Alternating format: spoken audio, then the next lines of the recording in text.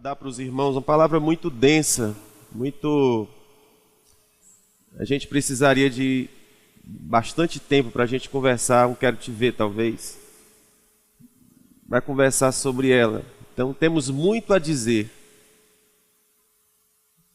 mas o tempo não é favorável, né? É pouco tempo. Mas eu acredito que são verdades que podem fazer a diferença na nação, a diferença no mundo, se a gente entender ela direitinho. Romanos capítulo 8.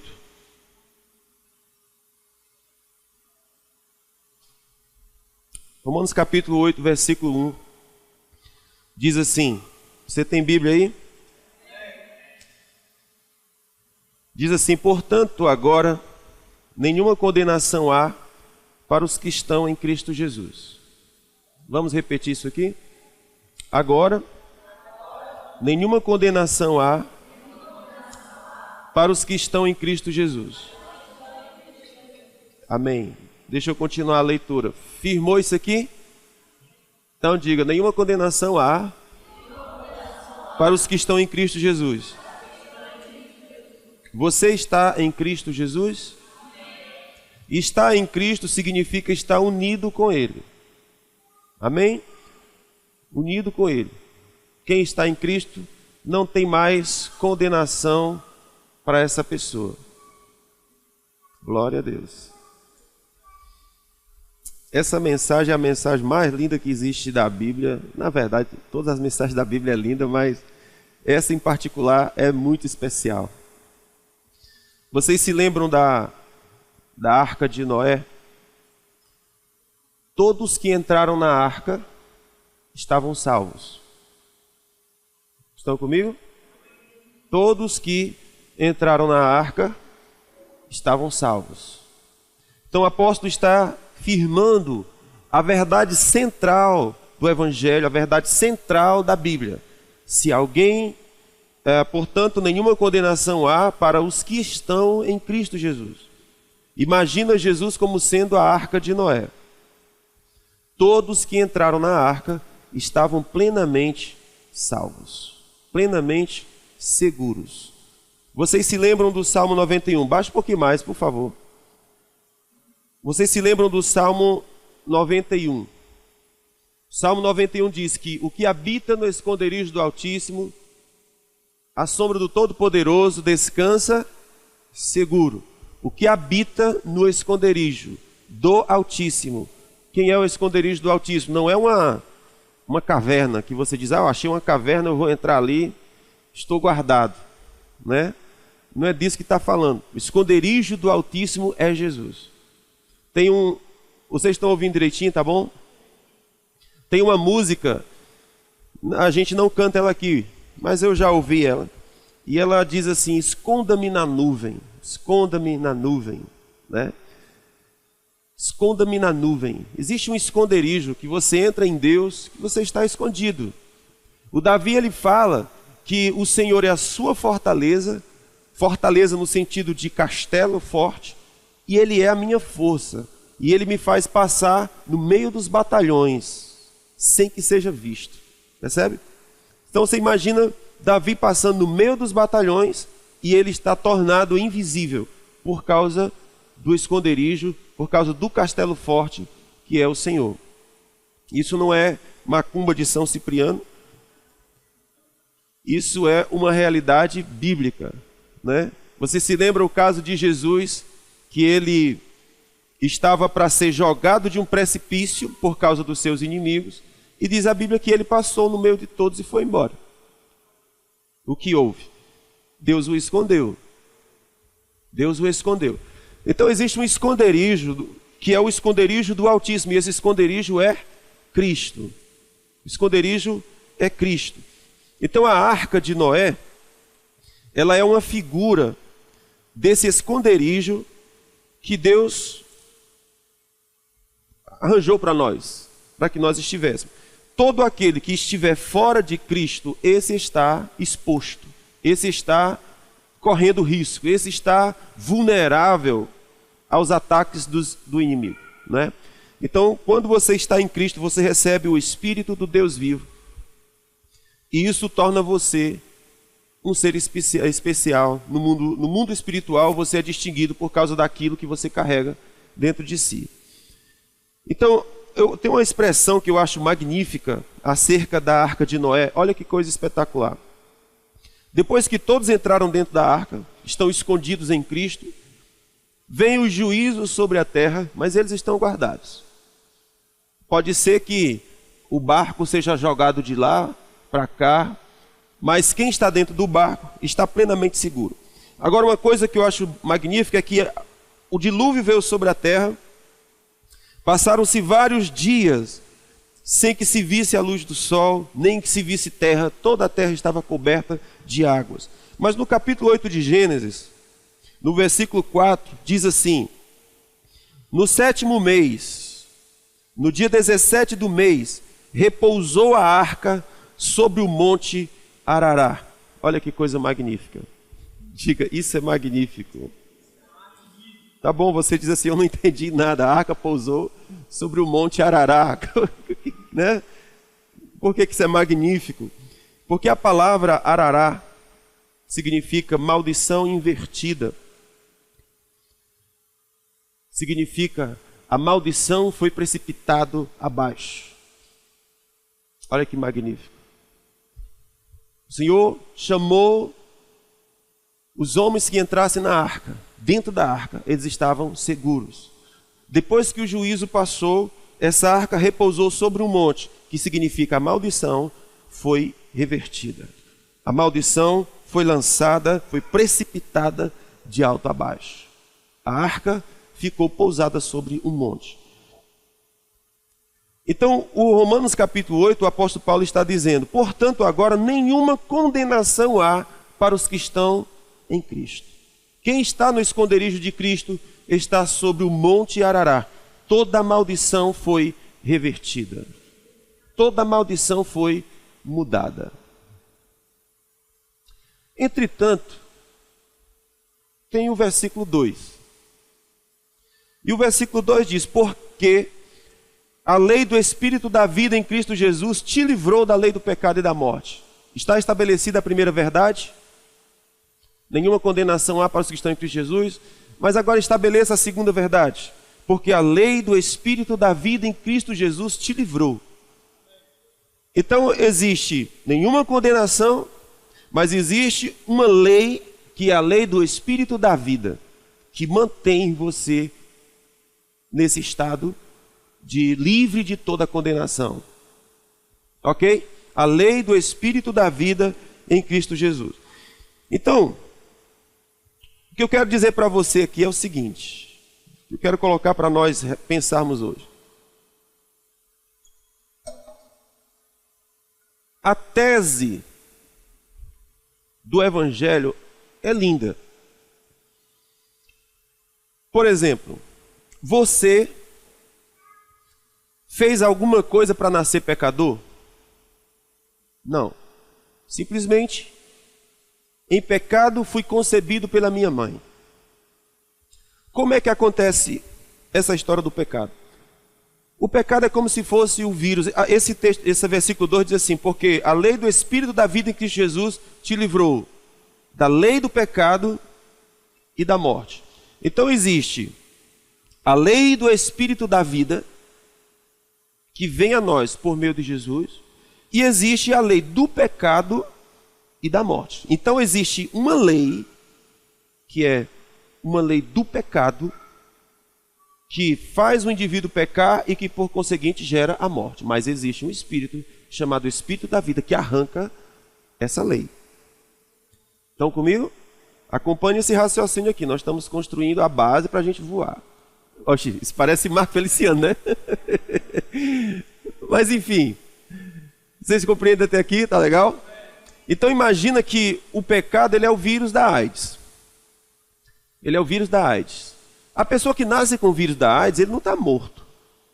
Mas a morte está operando nele. Chega uma hora que todos os órgãos param de funcionar. Chega uma hora que o estado de vulnerabilidade é tão grande que a sua defesa já não existe mais. E o resultado é que ele morre. Não é assim? Então, se alguém está infectado com o vírus do HIV e ele tem relação com uma outra pessoa, aquela outra pessoa recebe o vírus. E aquela praga começa a se espalhar sobre a terra. Isso é a lei do pecado e, consequentemente, a lei da morte. Muito bem. Para que você se tornasse pecador, você não teve que fazer nada. Você só nasceu infectado. Quem fez foram nossos pais. Concordam comigo? Adão fez. E logo em seguida ele teve 2 filhos. E o primeiro matou o segundo. E começou a desgraça. E aí o segundo não quis se reconciliar com Deus. Eu não quero conversa com o Senhor, eu vou para o deserto. Aí o segundo disse assim, tudo bem, eu vou cultuar o Senhor, eu quero esse caminho para a minha vida. E ali ficou dividida a terra em 2 extremos. Um que rejeitava o Senhor e um que amava o Senhor. E esses 2 sempre guerrearam entre si, desde que mundo é mundo. Ok? Então perceba, se você não fez nada para que você se tornasse pecador, do mesmo jeito, você não precisaria fazer nada para que você fosse tornado justo, porque Jesus obedeceu a Deus. Antes nós éramos filhos de Adão, e porque éramos filhos de Adão, nós herdamos o gene, nós herdamos o vírus do pecado que gerava a morte que estava em Adão. Ok, mas veio Jesus. E o que o apóstolo Paulo está dizendo é que, em um dado momento, algo aconteceu. Jesus veio. E quando ele veio, está escrito, nenhuma condenação há para os que estão em Cristo Jesus. Nenhuma condenação. A condenação foi invertida, foi revertida, foi lançada de alto a baixo no dia que a arca pousou sobre o monte. O que é esse monte? O monte do Calvário, onde Jesus, que era a arca, subiu. E lá ele estabeleceu justiça eterna. A maldição ali foi invertida. De uma vez para sempre. Então olha que coisa linda. Então se eu não fiz nada para nascer pecador, em tese eu não deveria fazer nada para viver uma vida santa. Porque agora em Cristo eu herdei um novo vírus, que não é mais o vírus do HIV. É o vírus do Espírito da vida. E esse Espírito da vida, que nasceu em mim por meio de Cristo, ele arranca o HIV pela raiz. E lança fora. Estão comigo? Olha que coisa linda. Quando você vai para Romanos capítulo... Aliás, Romanos não. Isaías 53, que é um texto... Eu acho que eu já devo estar apaixonado, porque eu estou dizendo que tudo está lindo, né? Tudo, enfim, mas é lindo. Olha só que texto extraordinário de Isaías 53. Quem deu crédito à nossa pregação? É a pergunta. Quem deu crédito à nossa pregação? E a quem se manifestou o braço do Senhor? Quando fala sobre manifestação do braço do Senhor, ele está falando sobre o seu poder. Quem ouviu a nossa pregação e a quem se manifestou o braço do Senhor? Significa dizer que quem está debaixo de maldição, se não for o braço do Senhor, movendo-se com poder para arrancar, nada vai acontecer. É a semelhança do que aconteceu no Egito. O Egito é uma figura da nossa alma, é uma figura da nossa história. O povo estava escravizado, era escravo dia e noite, pobre, vencido, sem expectativa, sem esperança. Mas eles começaram a clamar. Irmãos, existe um poder sobrenatural no clamor. Então, existem muitas pessoas que estão no cativeiro, em alguma área da vida, mas não clama. Não clama ao Deus que pode salvar. O Senhor disse, quem deu crédito à nossa pregação? E a quem se manifestou o braço do Senhor? Existe uma distinção entre você dar crédito ao que nós pregamos e o braço do Senhor se mover salvador. O braço do Senhor se movendo salvador. Então o Egito, o povo de Deus que estava no Egito estava escravizado, maltratado por Faraó, aumentando a carga dos seus serviços, para que eles não adorassem a Deus, para que eles não buscassem a Deus, para que não tivesse tempo para Deus. Faraó oprimindo. E aquela angústia deles foi aumentando, até o dia que o próprio gemido de suas almas clamava ao Senhor. E Deus ouviu dos céus. E escolheu um homem, um libertador, para tirá-los de lá e levá-los para a terra que o Senhor tinha para eles. Mas eles não clamavam. É como se a dor ainda não fosse o suficiente. Precisou a agonia aumentar para então a alma gemer de grito de clamor, para que o braço do Senhor se movesse, Salvador. Mas quando eles clamaram, o Senhor ouviu, levantou um libertador. Então o braço do Senhor começou a se mover forte. E o Senhor chegava por meio de Moisés dizendo: deixa meu povo ir. E o coração de Faraó se fechava e o braço de Deus se movia forte. Transformou água em sangue. E Faraó endurecia o coração. E o Senhor movia a sua mão e transformava em praga de piolhos, alguma coisa do tipo, pragas de rãs, pragas, pragas e pragas e pragas. A última praga, o Senhor matou os primogênitos do Egito. E para isso o Faraó disse: eu não tenho mais como segurar esse povo aqui. Libertou, deixou o povo ir. E eles foram. Então isso é o braço de Deus se movendo forte, resgatando o seu povo. Enfrentando, confrontando, batendo com as estruturas do inferno que diz: eu não vou deixar você ir, eu não vou deixar você ser adorador, eu não vou deixar você sair do Egito, eu não vou deixar você prosperar financeiramente, eu não vou deixar você prosperar na sua saúde, eu não vou deixar você ir para a terra que mana leite e mel. Escute, mas um povo clamou, ouviu a palavra e a mão de Deus se moveu poderosamente. E quando essa combinação absurda acontece, as portas do inferno tremem. Um povo que clama, uma palavra que é pregada e a mão de Deus que se move. Quando essas três coisas operam junto, não há quem suporte. As estruturas têm que ser abaladas. A mão poderosa de Deus se move. Escute, clamor, palavra e mão estendida de Deus. O povo é liberto. Então a pergunta de Isaías 53 é: quem foi que deu crédito à nossa pregação? E a quem se manifestou o braço do Senhor? Aí ele diz: pois ele foi crescendo como renovo perante ele. Ele era como uma raiz de uma terra seca, não tinha formosura, não tinha beleza. Isso está descrevendo Jesus. Olha que coisa fantástica. O que Deus fez aqui?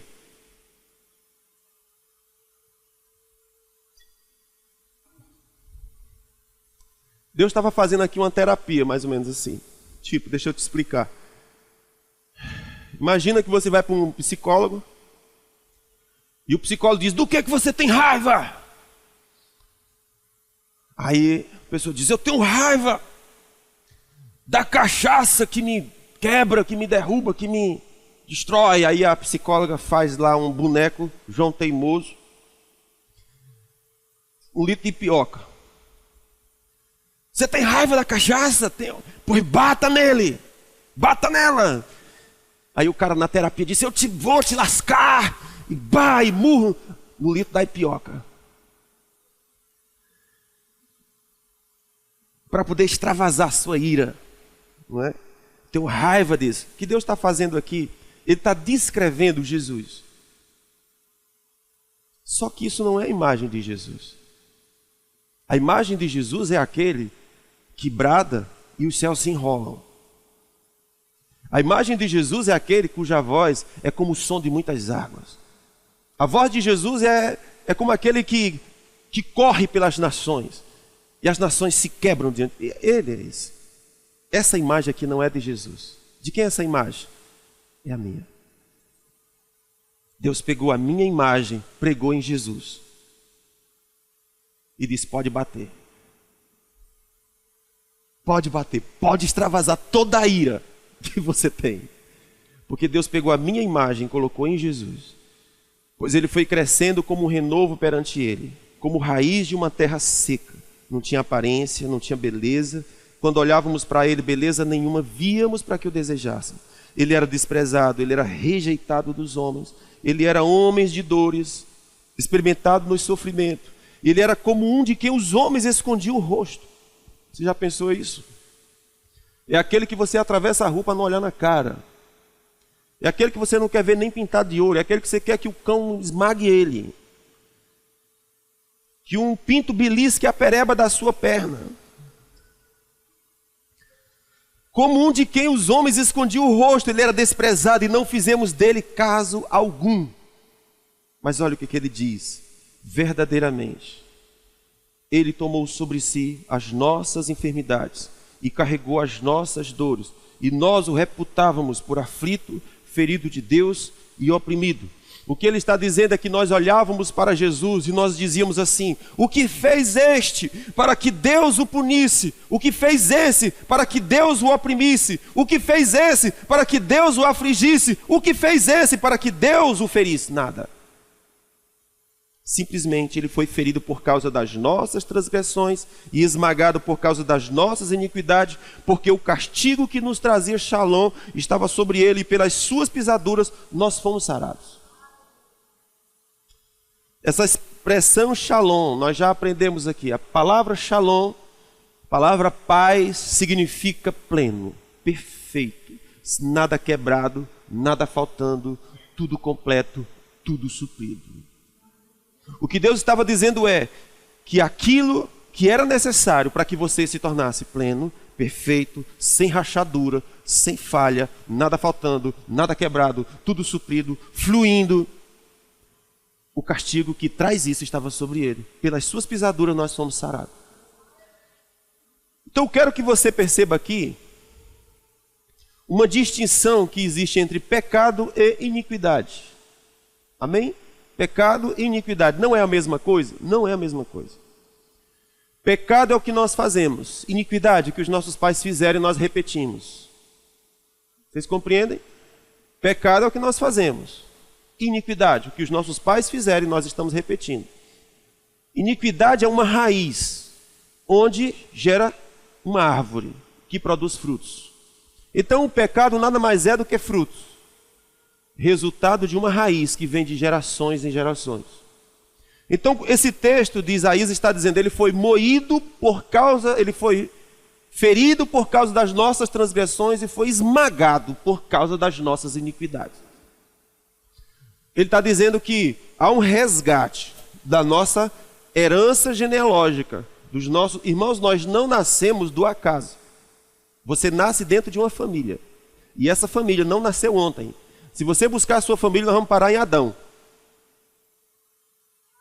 Estão comigo?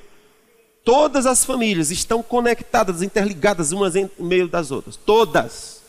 E se a gente começar a puxar o fio, vai parar em Adão. Veja que coisa curiosa acontece aqui na igreja. Você percebe que a igreja ela é constituída de famílias?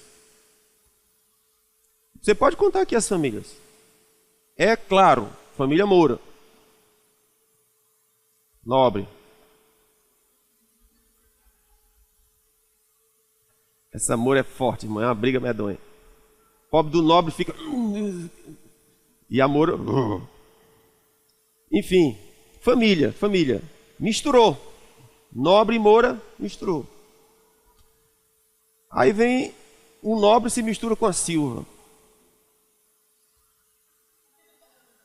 Né? Só Deus sabe onde é que vai parar esse negócio. Aí vem a família da irmã Tereza Lúcio, que se mistura com a família Silva. Que já é Silva, se eu não me engano. Né? É Silva com Silva. Silvão. E aí vem o quê?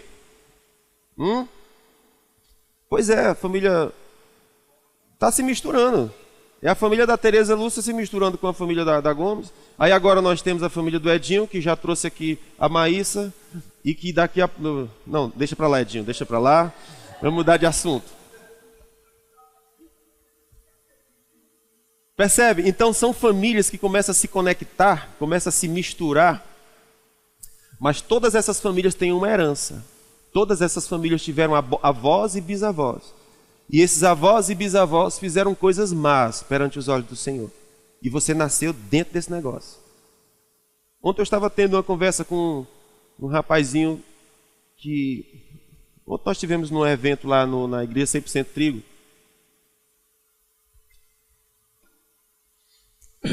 E a pregadora lá disse uma frase muito legal. de uma música que a gente canta sempre aqui, que é aquela frase que diz que o Senhor quebra mentiras para me alcançar, né? Ele sobre muralhas, derruba montanhas, é assim? Eles, como é que é a sequência? Fala aí a sequência, como é? Olha que coisa linda, ama essa expressão. Ela gostou daquela, eu gosto dessa. Traz luz para as sombras. Escala as montanhas para me alcançar. O que mais? Derruba muralhas. Destrói as mentiras para me alcançar, para me encontrar, não é? Então ela pegou essa frasezinha, ele destrói as mentiras para me alcançar. E ela estava falando de muitas mentiras que são construídas na nossa cabeça. E o Senhor rompe elas para alcançar você. Mentiras que são estabelecidas para alcançar você. Então, conversando com esse rapazinho, ele estava dizendo que uma das mentiras da vida dele é que ele nunca ia ser pai, ele não quer ser pai. Não quero ser pai, ele dizia. Não quero ser pai. Isso é uma mentira estabelecida nele e ele não quer ser pai. Aí eu estava explicando para ele que o projeto de Deus é com famílias. Ok? Os nossos avós, os nossos tataravós roubaram, mataram, mentiram, assassinaram, fizeram escambau, foram isso e aquilo, e blá blá blá, e blá blá blá, aquela coisa toda. Beleza, aquilo é uma herança genealógica, aquela desgraça vem, família após família. O filho vai repetir, a filha vai repetir, o fulano vai repetir, e aquele troço não acaba, até que Jesus entra na história de um. Para se cumprir essa palavra, nenhuma condenação há para os que estão em Cristo. A arca subiu e se assentou sobre o monte e lançou de lá toda a maldição. A arca subiu e foi crucificado no monte. E aquele que olhar para ele será salvo. Então o Senhor achou um. O Senhor achou um. Eu estava explicando para ele. Deus escolhe famílias. Deus não escolhe indivíduos. Ele escolhe famílias. Famílias. A exemplo de que Deus chamou Abraão, chamou Isaac, chamou Jacó, que veio José, que veio... Sabe como é que é? O Senhor pegou um. E de geração após geração, ele vai entrando, ele vai entrando. Escute, aquela geração que começou em Deus vai casar e gerar filhos. E aquilo vai se ramificando. Detalhe, casa direito. Casa direito. O Isaac teve 2 filhos, Jacó e Esaú. A maior tristeza de Jacó e de Sara. Não, que Sara, qual é a mulher dele? O Jacó é filho de Isaac. Agora confundiu, foi tudo. O Esaú e o Jacó são filhos do Isaac. E a esposa do Isaac é? Pronto, é isso aí. Rebeca.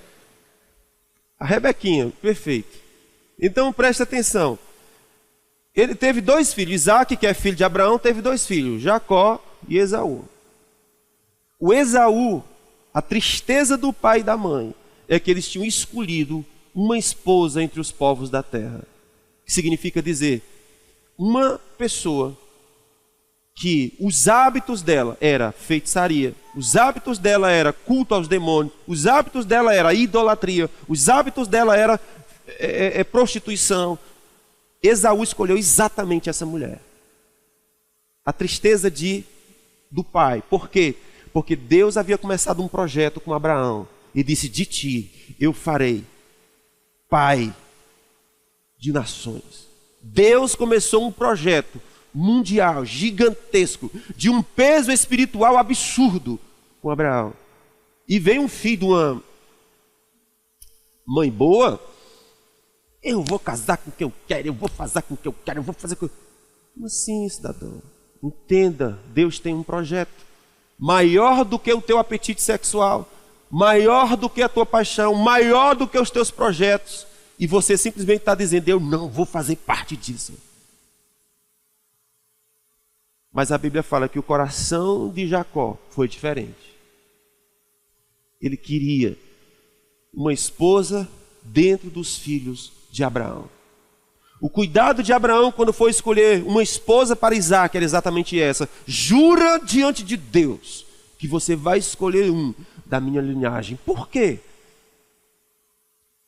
Por quê? Porque algo está acontecendo naquela linhagem. Quem teve o discernimento entendeu.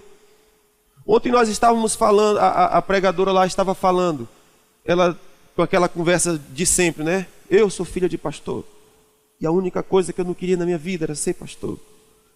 Eu vou escalar montanhas, mas eu não quero ser pastor. Não sei o quê. Adivinha no que eu me tornei? Pastor. Aí ela diz, Senhor, já não basta. O meu pai é pastor. O meu avô é pastor. O meu tio é pastor. Meu amigo é pastor. Tudo é pastor, já não está bom. Ela se tornou pastor e casou com um pastor.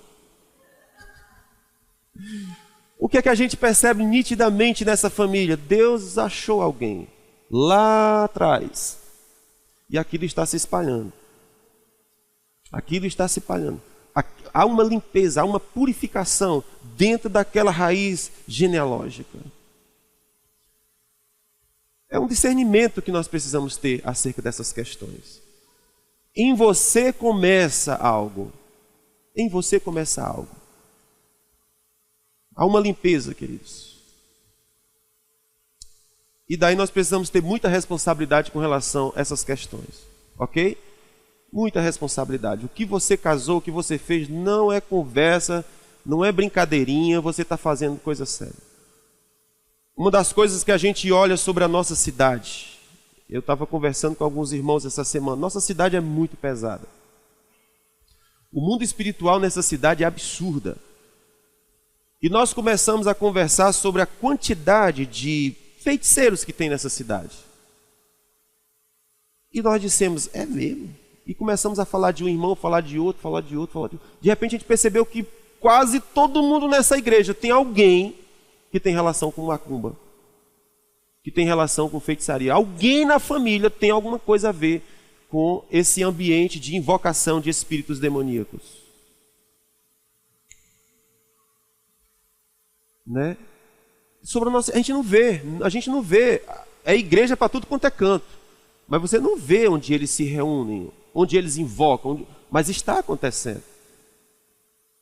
Está acontecendo. Então, são pessoas invocando demônios, invocando espíritos. E olhe lá se não é para destruir os evangélicos. E olhe lá se não é para destruir a sua fé. E olhe lá se não é para você vacilar o seu pé e abandonar os caminhos de Deus e romper aquilo que Deus começou a construir na sua família. Olhe lá se não é para você voltar para quem você era antes, para o que você fazia antes, já que Deus te resgatou. Amém, queridos? Então, preste atenção, o Senhor te limpou, o Senhor tirou toda a condenação de sobre você para começar um projeto na sua família. Imagine quantas famílias nós temos aqui, pouquinho, mas se você cresce com uma consciência desse tipo, de que Deus escolheu sua família, assim como escolheu Abraão, e que Deus está limpando as raízes genealógicas do passado, traficantes na sua raiz genealógica, bêbados na sua raiz genealógica, assassinos na sua raiz genealógica, ladrões na sua raiz genealógica. Tudo isso, queridos, está entranhado na raiz da iniquidade. E só o mover da mão poderosa de Deus para arrancar a família dessas estruturas. Então, muito bem, como eu estava dizendo para vocês, para a gente encerrar aqui,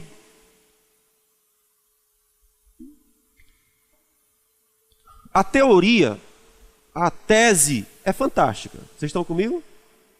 Ou seja, eu não precisei fazer nada para nascer pecador. Perfeito. O mesmo raciocínio serve. Em Cristo, eu também não precisaria fazer nada para desejar Deus, para querer Deus, para buscar Deus, para ser apaixonado por Deus, para amar as coisas de Deus e para odiar o pecado. Eu não tinha que fazer nada. Porque assim como eu não tive que fazer nada para ser pecador, eu também não tenho que fazer nada para ser justo e ser santo diante de Deus. Porque Cristo veio e é o meu segundo Adão. Eu não tenho mais o vírus HIV, agora eu tenho o Espírito da vida em Cristo Jesus que veio por meio dele. Mas é assim que acontece? Ou será que uma quantidade absurda de crentes continuam escravos do homossexualismo, continuam escravos de vícios, continuam escravos de uma coisa, continuam escravos de outra? E eu digo, o que está errado? O que é que acontece? E aí, uma coisa interessante que a gente vai observar é sobre as obras do Espírito Santo. Existem as obras da carne e existem as obras do Espírito Santo. Aquele que está em Cristo vai fazer uma escolha na sua vida. Ele vai andar nas obras do Espírito e não nas obras da carne. Se ele fizer opção por andar nas obras da carne, o sacrifício de Cristo se torna ineficiente na sua vida. A graça é anulada. Se alguém está em Cristo e opta por andar nas obras da carne, o sacrifício de Cristo se torna inoperante. Mas se ele é livre de toda a condenação e ele agora anda nas obras do Espírito, ele vai andar em perfeita santidade e justiça. E aquelas raízes não terão mais efeito nem poder sobre ele. Preste atenção uma coisa interessante. Porque a gente vem para Deus e tal, aquela coisa toda, entretanto, continuamos fazendo as obras da carne. E isso inutiliza o agir de Deus. Veja que coisa interessante. Vocês se lembram que uma característica curiosa da Arca de Noé é que ela não tinha leme. Vocês concordam comigo? Característica, não tinha leme. O que significa dizer? Uma vez que você está em Cristo, eu vou te levar. Uma vez que você está em Cristo, eu vou te guiar. Uma vez que você está em Cristo, eu vou te conduzir. Uma vez que você está em Cristo, não importa quão perverso esteja o mar, quão perversas estejam as chuvas, quão perverso seja o juízo, eu vou direcionar você. Não tem leme. Não tem visão do mundo de fora, tem visão do mundo de dentro. Tem visão do mundo do Espírito, não do mundo fora, do mundo dentro. Porque só tem uma janelinha lá em cima. Tudo está fechado. Você vai ter que depender dele. Vai ter que ser guiado por ele. Vai ter que ser dirigido por ele. Ele vai ter que ser o seu leme. Ele vai dizer qual é o seu rumo. Ele vai dizer para onde sua história vai. Ele vai dizer para que monte você vai pousar. Ele vai dizer a hora de você liberar o corvo.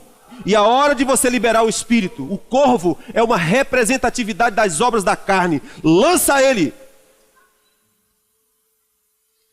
O espírito, que é o pombinho, foi e voltou.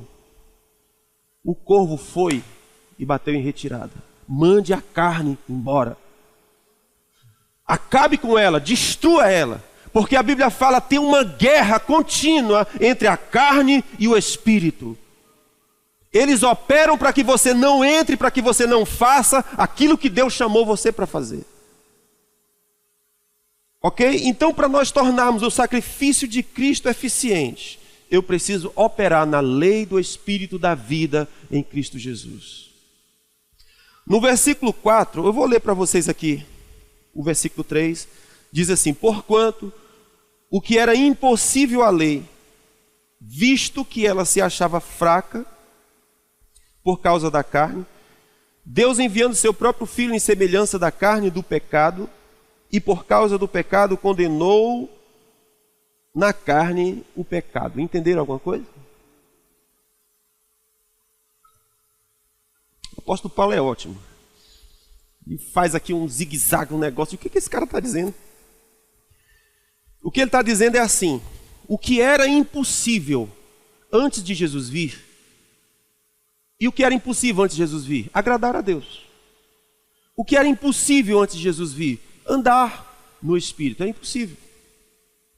Aí ele fala, aquilo que era impossível antes de Jesus vir, Deus fez. O que era impossível, Deus fez. Como que ele fez? Ele trouxe o seu filho na semelhança do pecado e condenou na carne de Jesus o pecado, ou seja, a lei do pecado e da morte, Deus condenou no corpo de Jesus. Para quê? Ele fala, para que a justa exigência da lei se cumprisse em nós. Escute a expressão, que não andamos segundo a carne, mas segundo o Espírito. Então significa dizer que tem um detalhe aqui a ser observado. O resultado daquilo que Cristo fez em nosso favor, a justa exigência da lei, para que ela seja plenamente satisfeita em nosso favor, eu preciso andar no fruto do Espírito. Se eu andar na carne, não vai funcionar. Então, Deus matou a carne no corpo de Jesus, para que as justas exigências da lei fossem cumpridas em nosso benefício. Ou seja, Jesus cumpriu a perfeita lei, para que eu tivesse o favor da lei. Aquilo que era impossível, Deus fez. Satisfez plenamente a lei. Se lembra que quando Jesus era esbofeteado, quem estava lá era a minha face. Quem estava lá era eu. A ira de Deus, que é justa, bateu no pecado, que era eu, estampado em Cristo, raiz de uma terra seca, sem aparência nem formosura, desprezado, rejeitado, aquele de quem os homens escondiam o rosto, vergonhoso, oprimido de Deus, aflito de Deus, castigado por Deus, era eu na face de Jesus. E Deus, com a sua justiça, batendo para destruir o pecado. Para quê? Para que os benefícios me viessem. Entretanto, o apóstolo Paulo faz um detalhe. Mas isso ocorre naqueles que andam segundo o Espírito. Pastor, como é que eu vou andar segundo o Espírito? Aí é outra pregação. Talvez à noite. Mas se você por acaso não vem à noite, eu vou só lhe dizer como que eu faço para andar segundo o Espírito e não nas obras da carne. Ele vai dizer em Gálatas 5, 22, ele diz, o fruto do Espírito é amor.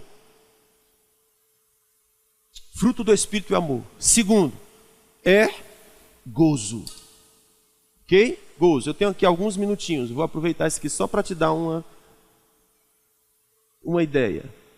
Ok?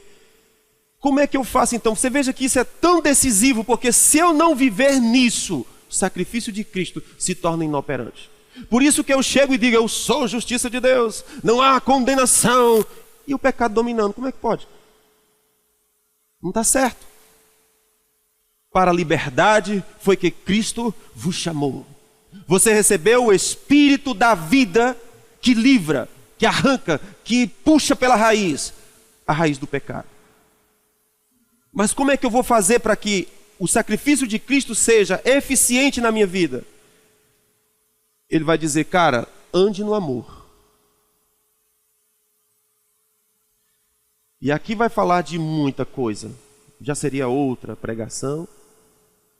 Mas escute, andar no amor. Você entende quando a gente fala andar no amor, não entende? Sem raiz de amargura, sem ressentimento, perdoando-vos uns aos outros, coração humilde, quebrantado, não soberbo, andar em amor. Segunda coisa que ele disse, ande com alegria. Isso dá um nó na minha cabeça. Dá um nó na minha cabeça quando eu escuto Deus dizendo, alegrai-vos no Senhor. Outra vez eu digo, alegrai. Como assim eu estou triste? Eu estou angustiado. Eu quero me jogar da ponte. Como é que você fala, alegrai-vos no Senhor? Como é isso? Gozo. E aí eu aprendi uma coisa muito interessante, que é o que sempre minha esposa faz, guiada pelo Espírito. Diego uma vez, ela faz com tantos outros. Diego chega lá em casa arrasado, aliás, chegou uma vez lá em casa arrasado, enfrentando alguns problemas. E sei o quê, e tá um peso de 1000 quilos nas costas. E ela, levante-se, vá para sua casa, bote o som nas alturas, e comece a cantar, e comece a declarar, e comece a dizer, e não sei o quê. E se alegrai-vos do Senhor. Isso é fruto do Espírito. Quer dizer então que a tristeza é obra da carne? Isso. E se andar nas obras da carne, significa dizer que o sacrifício de Cristo não vai operar. Você está andando em tristeza, você está andando em angústia, você está andando em depressão. E o que Deus diz, alegrai-vos. Então significa dizer o quê? Bota música. Celebra. Maia mandou um vídeo para mim dos cientistas estudando a língua estranha. Mó barato aquilo ali. Cientistas estudando a língua, o efeito da língua estranha no corpo humano. Aí começou a passar um monte de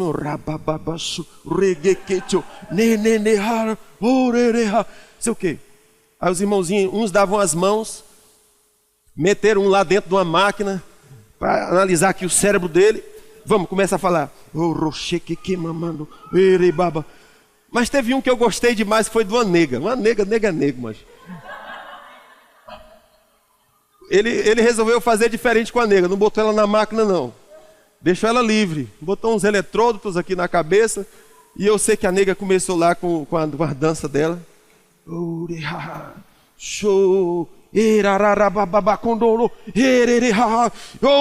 Eu sei que as imagens lá do cérebro da mulher, eu disse, essa foi o melhor resultado.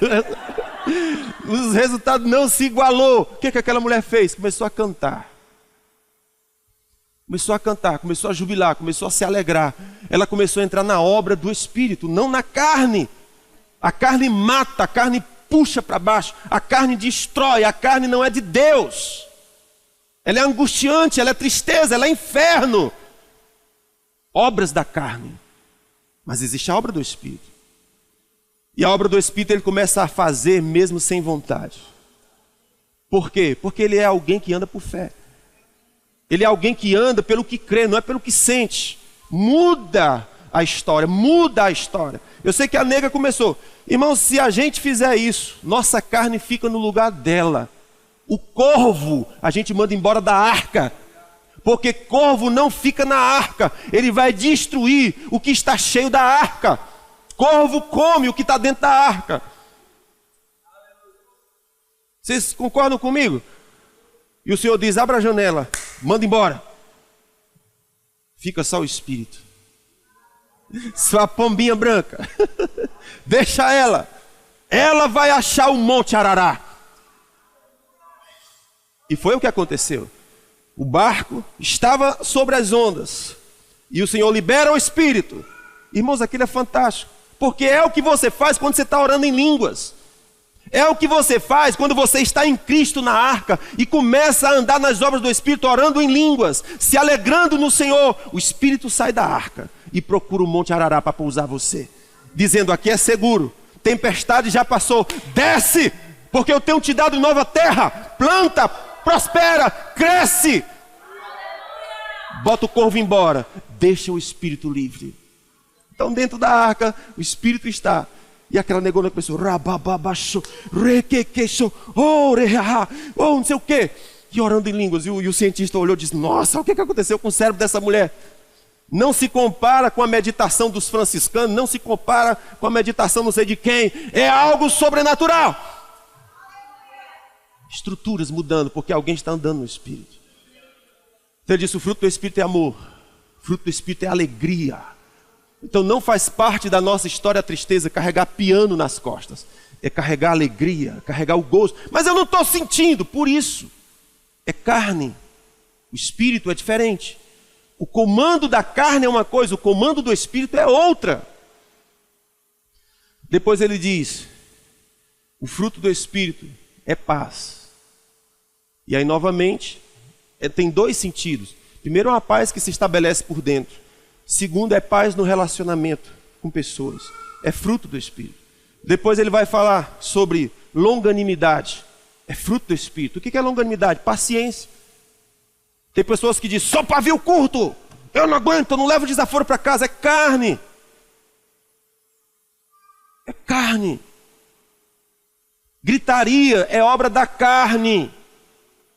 Não está certo na casa de crente barulho de briga, de gritaria, nem de mãe com filho. Está errado, é obra da carne. Longanimidade, longo ânimo, paciência, tardio em punir. Longanimidade significa tardio em punir, é cheio de misericórdia. As obras da carne, elas estão interessadas em punir as pessoas. Manifestou.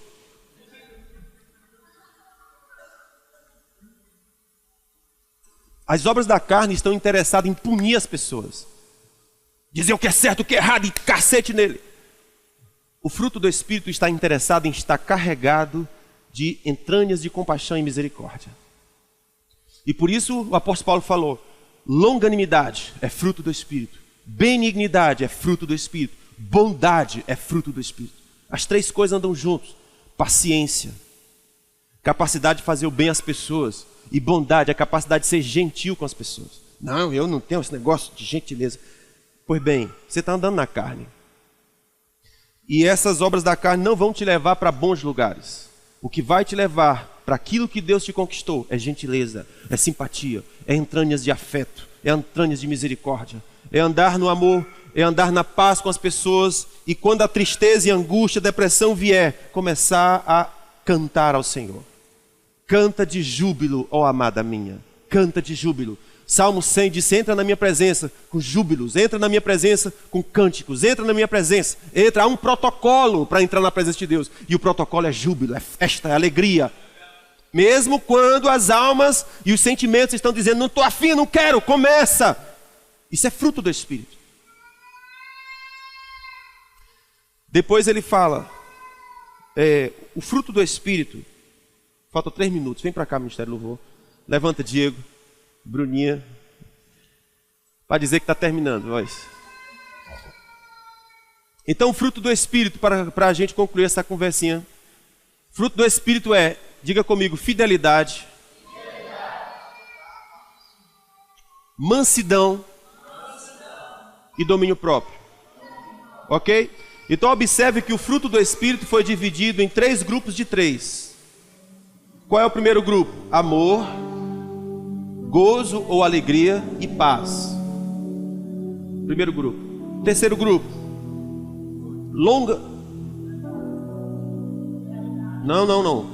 Longanimidade, que é paciência. Tardio em irar-se, tardio em punir. Longanimidade. Benignidade, devolver com o bem o mal sofrido. E bondade, gentileza, simpatia com as pessoas. Esse é o segundo grupo. Terceiro grupo, fidelidade, mansidão e domínio próprio. Olha que coisa espetacular. O que é fidelidade? Fidelidade é aquele primeiro ardor da fé. Aquela primeira alegria, é o primeiro amor que a gente chama. É a paixão pelo Senhor. Eu disse, isso é fruto do Espírito. Irmão, que coisa linda. É como se o Senhor está dizendo assim, não perde isso. Não perde essa alegria inicial, essa fidelidade inicial, essa paixão inicial pelo Senhor. Isso é fruto do Espírito. Depois ele fala, o fruto do Espírito é mansidão. E aí a mansidão a gente entende e conhece. Está próxima da paz, está próximo da gentileza, está próximo de devolver com palavras mansas, mansidão, mansas. Diz que a palavra mansa desvia a ira, né? Desvia o furor, isso é mansidão. Então de repente vem uma tempestade dentro de casa ou no trabalho para arrebentar você, e você responde com mansidão. Acabou, não vai ter mais. O que é isso? Fruto do Espírito. O que é isso? Alguém que não está mais debaixo de condenação, e a raiz do pecado não está mais operando, porque ele escolheu as obras para as quais os santos foram chamados. Os santos não foram chamados para as obras da carne. Obra da carne é corvo, obra da carne destrói as riquezas de Deus que está dentro da arca. Manda para fora. Eu não quero ninguém me guiando, é o Espírito. Onde o Espírito sopra é para onde o meu barco vai. Aonde Cristo vai é onde eu quero estar. Por último, fruto do Espírito é domínio próprio. Era aqui que eu queria parar. Queria parar no domínio próprio. Você percebe que eu estou falando, era questão de quero te ver, era uma conferência para a gente conversar sobre todas essas coisas e no final ficar satisfeito e dizer, dei tudo, despejei tudo, né? Mas para não ficar com um gostinho na boca, estou só dizendo aqui para você o rumo geral daquilo que a gente pretendia tratar hoje. Então a última característica do fruto do Espírito é o domínio próprio. Tem um texto de Provérbios que eu acho extraordinário. Deixa eu ver se eu acho aqui.